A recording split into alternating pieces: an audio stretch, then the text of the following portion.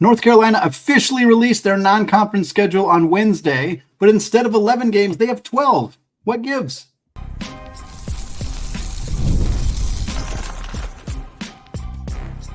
You are Locked On College Basketball, part of the Locked On Podcast Network. Your team every day.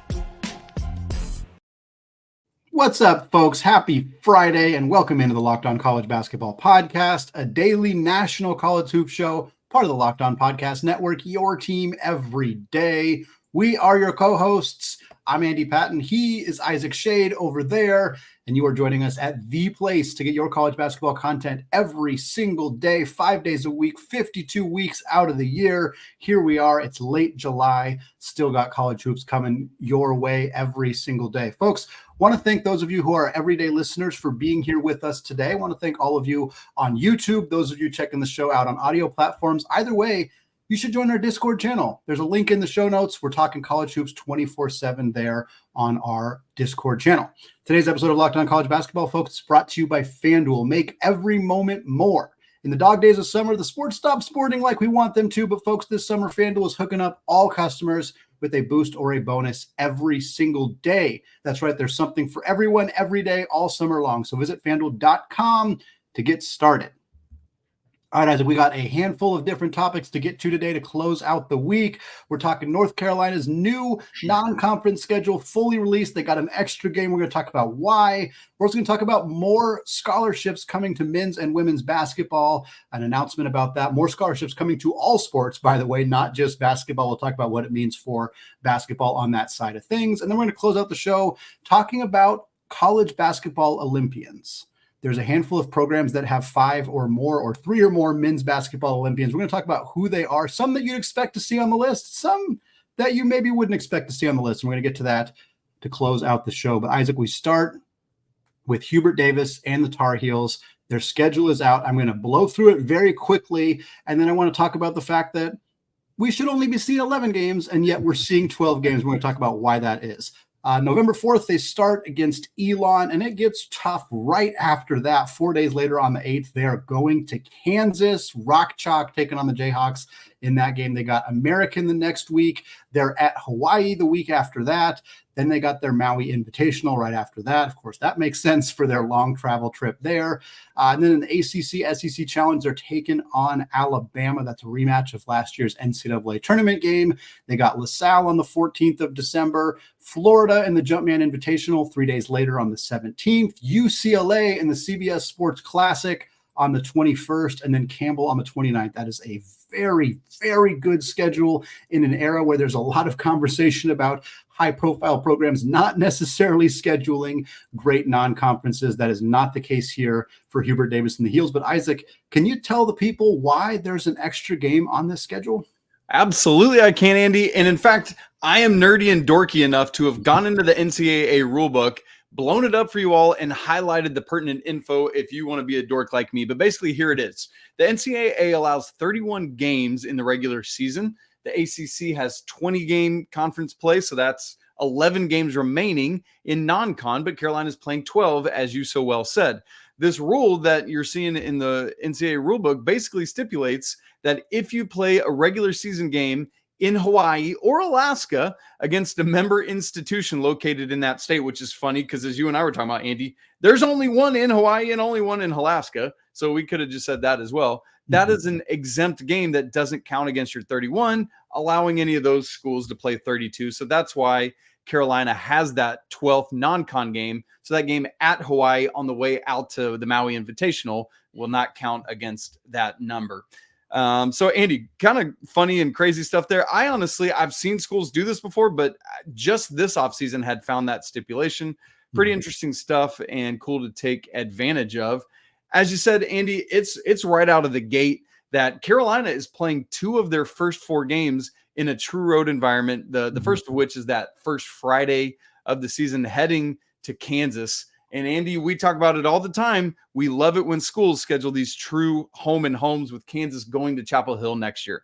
Yeah, that's going to be such an incredible game for the first Friday of the year. Carolina at Kansas, two rosters that have a fair amount of continuity, which I think is exciting too. You're seeing a handful of key starters return for each team. Of course, R.J. Davis is back for Carolina. You get Hunter Dickinson, DeJuan Harris back for Kansas, and also a handful of newcomers for each team too. So it just feels like a really good mix of seeing some new talent in new spots, how they're going to compete against really high level opponents right away. But also that the rosters aren't, it's not what's going on at like Louisville or Kentucky or Arkansas, where it's like, okay, an early season challenge for those teams might not be as fun as how that game might play out in late December, where the roster is probably going to feel a little bit more cohesive. So I like this matchup because it's two really good teams, but I don't think that the basketball is going to be as sloppy as it might be if they were more overhauled rosters, if that makes sense. And so I think kind of what makes these are two of the teams that I would have picked that I want to see early in the season against each other, because I think that they're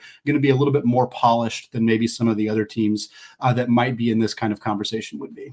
And as you said, working in new players, both transfers and freshmen at the same time. So there is some of that excitement to go with it as well. Andy, we talked earlier this week about like Colorado's non-conference schedule, for example, where they're playing at Maui, but outside of that, everything, the other 8 of their games are all at home and all against non-Power 5 opponents. We look at this schedule and it's quite different, as you alluded to. 2 true road games at Kansas, at Hawaii, 5 neutral site games, and 5 home games. And outside of Maui, there are 1, 2, 3, 4 other power conference schools. If you were a coach in a power conference, which way do you think you would lean with your program, Andy, if you were leading the way?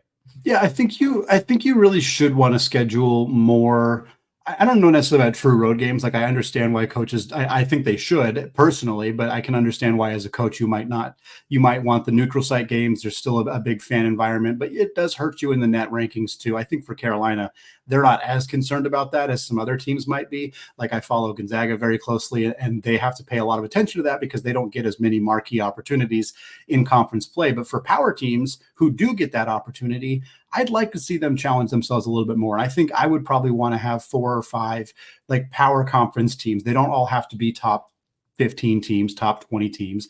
And that's not really the case here. I think we'll see like Alabama's going to be great. Kansas is going to be great. I'm a big believer in Florida, but I don't know that they're necessarily going to spend the whole season in the top 25. I'd be surprised if they did, frankly. UCLA, I'm really not sure what that team's going to look like. They might be really good. They might, struggle like they did last year. So I think this is kind of a healthy mix of good quality opponents, of true road games that they have on the schedule. One really tough one not as tough one, but still a true road game at least. Some neutral site games that frankly are going to be a challenge. Like North Carolina could have a really, really good year next year, and I'd still be very surprised if they don't come out of this non-conference with probably a couple of losses. I'd agree. Just because of the challenge that this schedule presents, but that makes them better. And in an ACC that I think is going to be good, I don't know that it's going to be great. I think you want to have some, if you pick up a few of these wins, maybe you lose to Bama, maybe you lose to Kansas, but if you beat Florida, you beat UCLA, you win a couple games in Maui, that's some marquee victories that you got coming into conference play. And then if you pick one off of Duke and you don't stumble too bad in conference play, you're going to be just fine. You're going to be getting the seed that you want in the NCAA tournament. You're going to be in a great position to go to the Sweet 16 or further. And I think that's what Hubert Davis is trying to build here. And I think this schedule gives them an opportunity to do that. I completely agree with you, Andy. And I think Hubert Davis would say, I don't mind taking a couple lumps early if it's getting a schedule. Like, let's be honest, going to play at Kansas, hardly anybody sneaks out of there with a W. So you can probably chalk that up as an L. We don't have the Maui bracket yet, but the other schools are Auburn, who's going to be very good, Colorado, Dayton, Iowa State, who's going to be very good, Memphis, Michigan State, UNC obviously, and then UConn. I think they're going to be very good as well. So yeah, I mean, you're pleased, depending on what the bracket shakes out to be, you're pleased getting out of Maui 2-1 probably. And then if you drop Bama or another game somewhere, I think Carolina probably finishes this non-con somewhere between 9-3, maybe 10-2.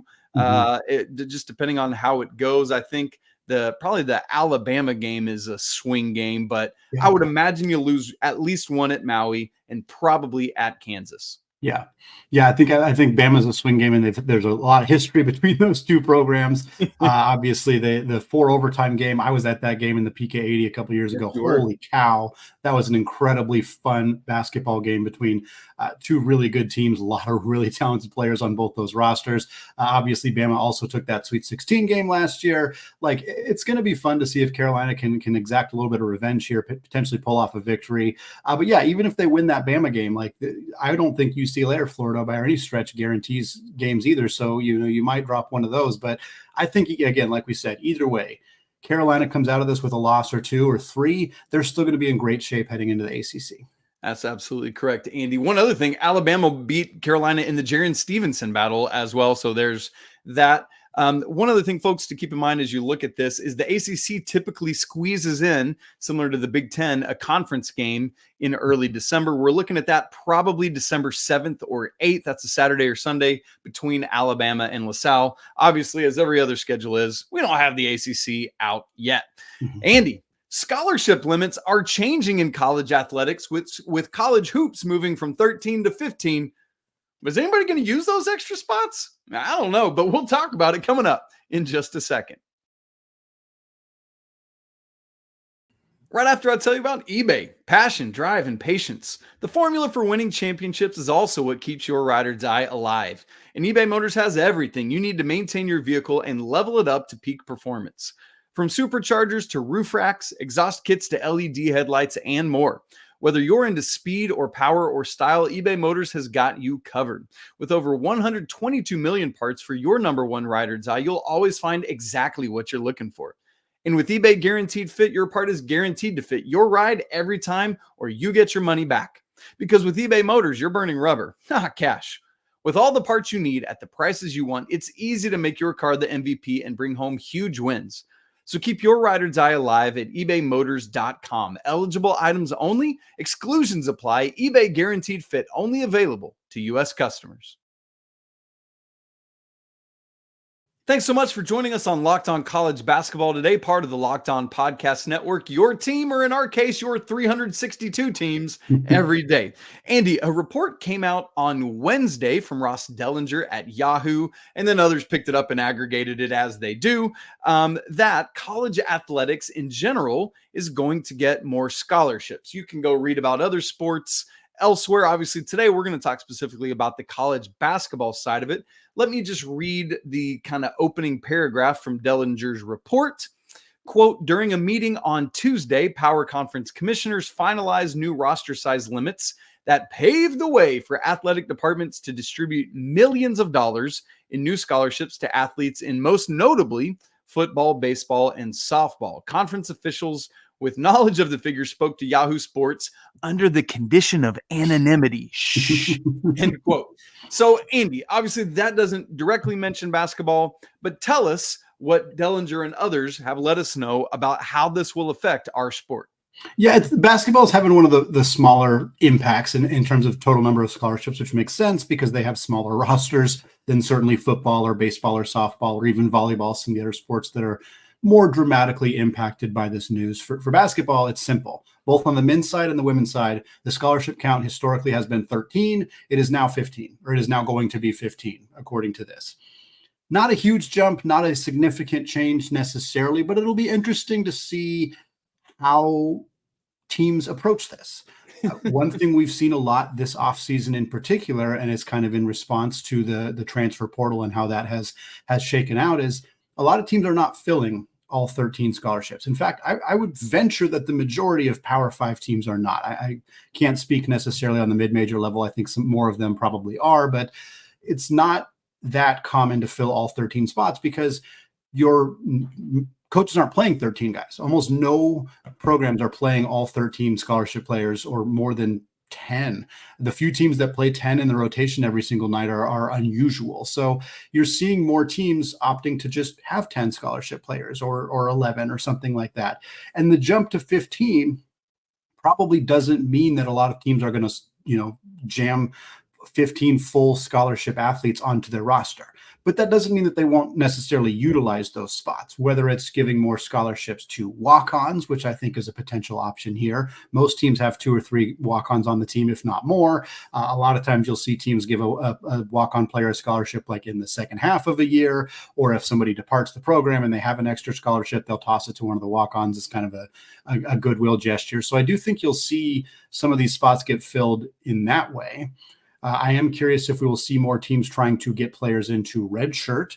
This is something that Gonzaga is doing this offseason in particular with Braden Smith, not that Braden Smith, a different Braden Smith who transferred from Colgate, who's very good in the Patriot League. He's sitting out this year for Gonzaga and going to take over as the team's starting point guard the following season when Ryan Nembhard graduates.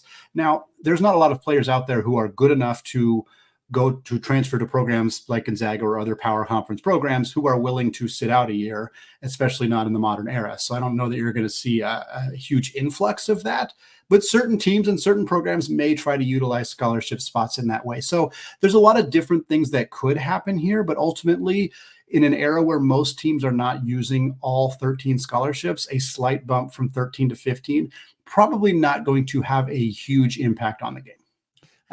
Right with you, Andy. And part of it is that they're going to have at least 15 on their roster. Part of Dellinger's reporting says, as part of the agreement, roster limits must be set at or more than current scholarship restriction for each sport. So it's the kind of thing where, if I'm reading that correctly, Andy, you have to have, therefore, at least 15 on your roster when you include walk-ons and everything else. And so that's an interesting wrinkle in it is you got to utilize this.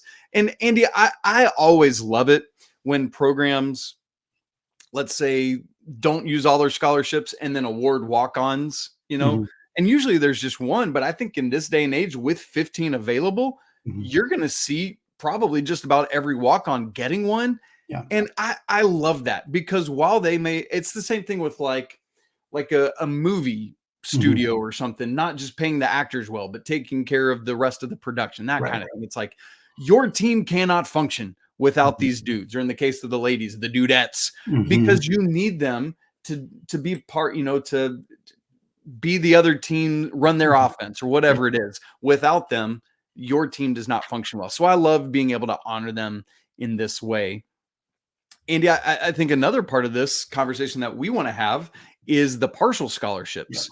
From Dellinger's reporting, quote, another key to the scholarship structure, all sports will be considered, quote, equivalency sports, meaning partial scholarships can be distributed to players. Currently, football, basketball, and other sports are considered head count sports, which require players on scholarship to receive a full grant. Let me unpack that for you.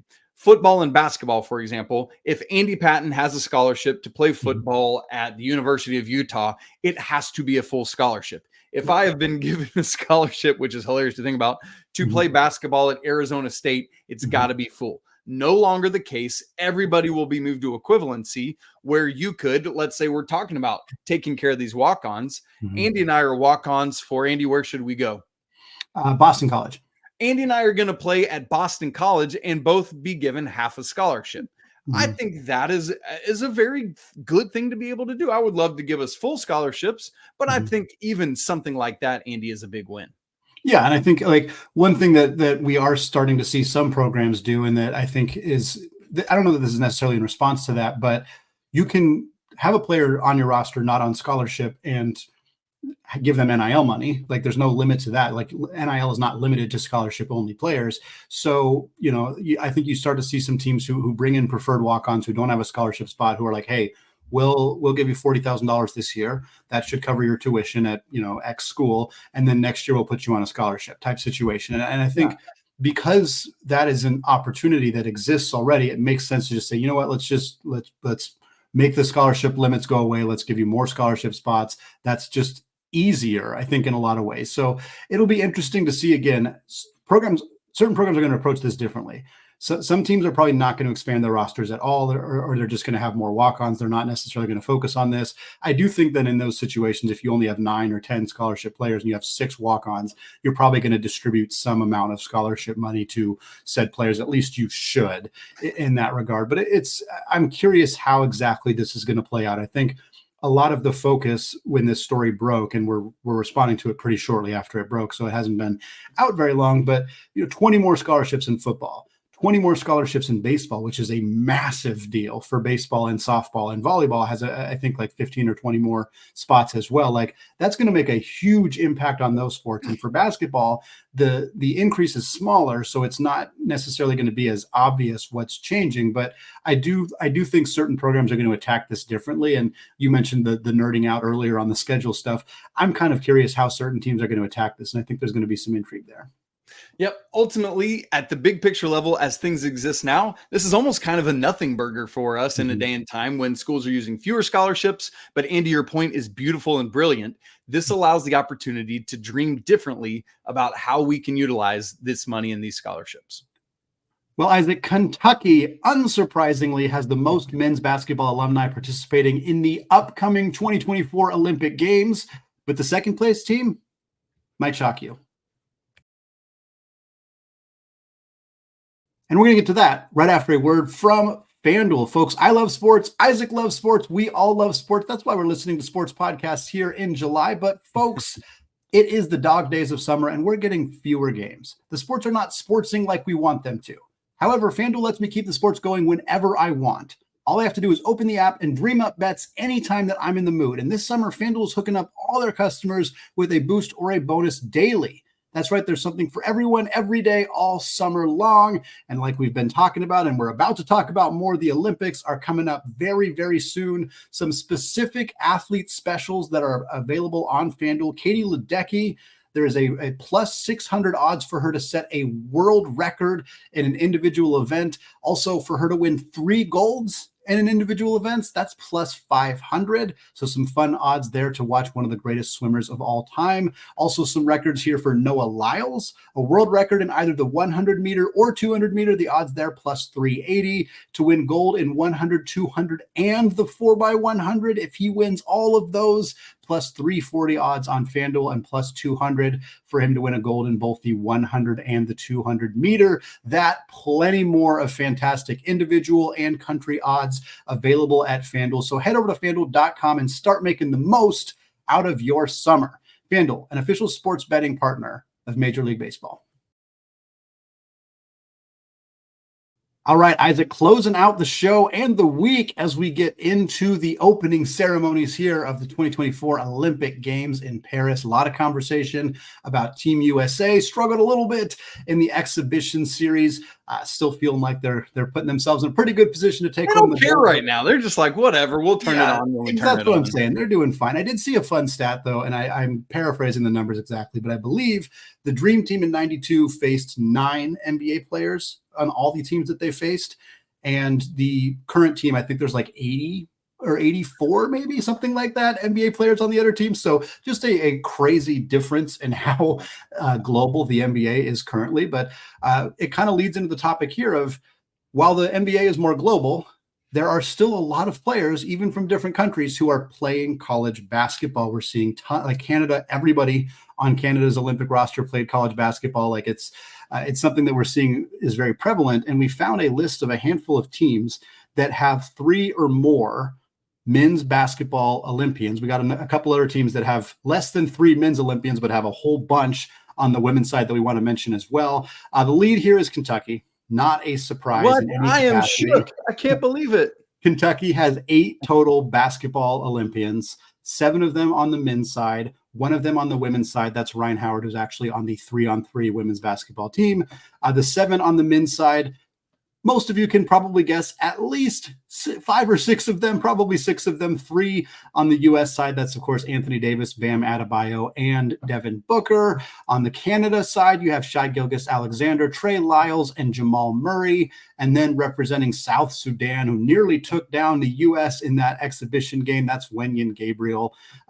Isaac, not only is this Kentucky group just fantastic and well representative of John Calipari's tenure for the Wildcats, if you took this 7-man roster and just threw them onto a court, they might win themselves a medal on their own. That is a fantastic group of players right there. Yeah, Andy, how about this? You could, as I'm looking at it in real time, as you talk about that, you could almost create a starting lineup out of it. Like, man, what would you do? Maybe Jamal Murray, SGA, and Devin Booker 1, 2, and 3. Yeah. And then Bam and AD in the front court. And then you got Lyles and Wenyen coming off. Of course, hang on. If you were John Calipari, you know what would happen? You would have Booker coming off the bench. That's right. Booker and probably Anthony Davis coming off the bench. Gabriel start. No, seriously though. Like Devin Booker, that literally happened to him at Kentucky. This is not some wild hypothetical. Yeah, Kentucky's global impact here is fantastic. Obviously, 3 for the USA, 3 for Canada, South Sudan. It's excellent to see. But I want to move on to the other team here there's 2 men's basketball programs that have 5 or more Olympians. Kentucky being the first one, nobody's surprised by that. I think some of the other programs we're going to talk about aren't going to surprise a lot of people either. But I have a feeling that most people are not expecting that the second most Olympians on the men's side is coming from Iowa State. I doubt that was something a lot of people had on the bingo card. And I think when you hear Iowa State and you think Olympians, you're going to think about Tyrese Halliburton. And Tyrese Halliburton is the star. He's the only one of these on the Team USA team. And I think that makes it fun. There's 5 different men's basketball Olympians from Iowa State. All of them are representing a different country heading into Paris. How fun is that? You have Tyrese Halliburton for the USA. You have Melvin Ejim from Canada. You have George Condit IV from Puerto Rico. You have Nick Weiler-Babb from Germany. And you have Marial Shayok. Is that how you say it? Jayhawks from South Sudan. Now, he played most of his career at Virginia, but he did play at Iowa State at the end of his career. Regardless, Iowa State obviously has been very, very good on the men's basketball side the last couple of years, but it wasn't that long ago that they were pretty awful. So it's a little surprising to see this many different Olympians from Iowa State. It's a testament to their international recruiting and just kind of fun to look at a list that has, some of the traditional powers like Duke and Gonzaga, who we'll talk about, but also features a program that hasn't historically been, a traditional basketball powerhouse. And then, Andy, the team in third place in this list is none other than the Gonzaga Bulldogs, another school that unsurprisingly has representation from multiple different countries, thanks to the Tommy Lloyd era, which speaking of which, it wouldn't shock me to see Arizona start making their way onto this list eventually. That said, none of Gonzaga's representation is Team USA. You've got Kelly Olynyk and Andrew Nembhard both representing Canada. Rui Hachimura, no surprise there for Japan, and Filip Petrusev playing for Serbia.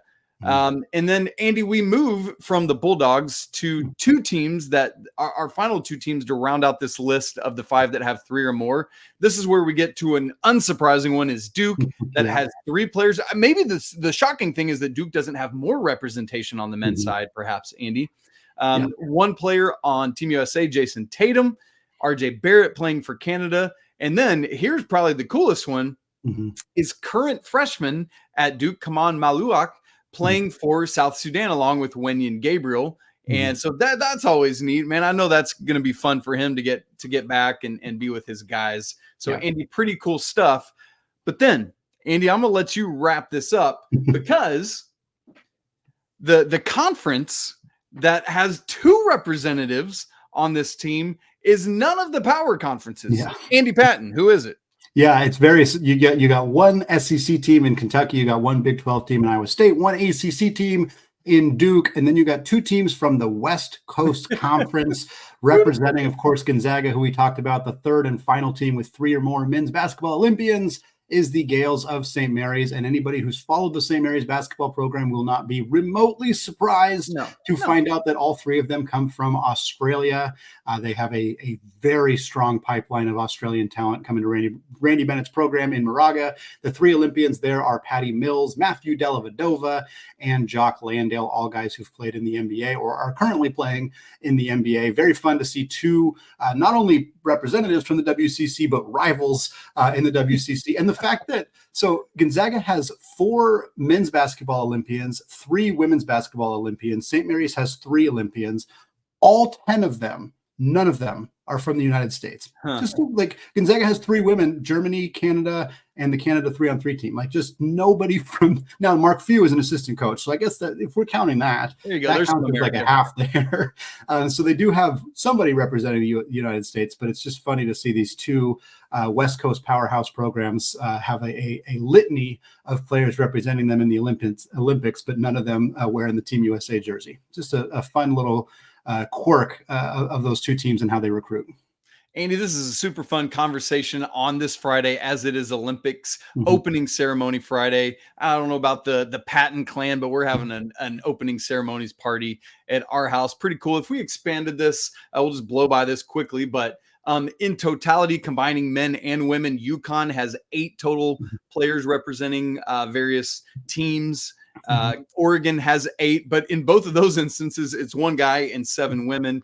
UCLA has 5 representatives, and Notre Dame has 5 representatives, all on the women's side. UCLA also has just 1 man. That's Drew Holiday, who's going to be guarding everybody in sight for Team USA. Andy, great fun show today to wrap up the week. Now it's time to dig into the Olympics and all sorts of stuff. Coming up next week on the show, you guys, it's going to be transfer portal week for us. We're going to be going through each of the Power 5 conferences next week, and the Monday after that, we're going to head off to the best of the rest. So buckle in, get your transfer goggles on. I don't even know what that means, and we'll hit it. If you're not subscribed to the show already on audio and video, make sure you do so. Very easy to do. Helps make sure you don't miss a second of the show. If you're not part of the Locked On College Basketball Discord, we'd love to have you come join us there. It's free to be a part of, and the link is in the show notes. I'd also encourage you to go check out some of the other great shows on the Locked On family of network of family of shows from any of these great schools. Duke, Gonzaga, theirs is okay. Kentucky, that's a great show with our guy Lance Dodd. And I'm just kidding about Gonzaga. That's Andy, for those of you who don't know. Man, really, really good stuff. As always, I want to say apologies to the Lawyer family. Let's go Wildcats. Please help us win that gold medal, Kentucky Wildcats. And until Monday, peace.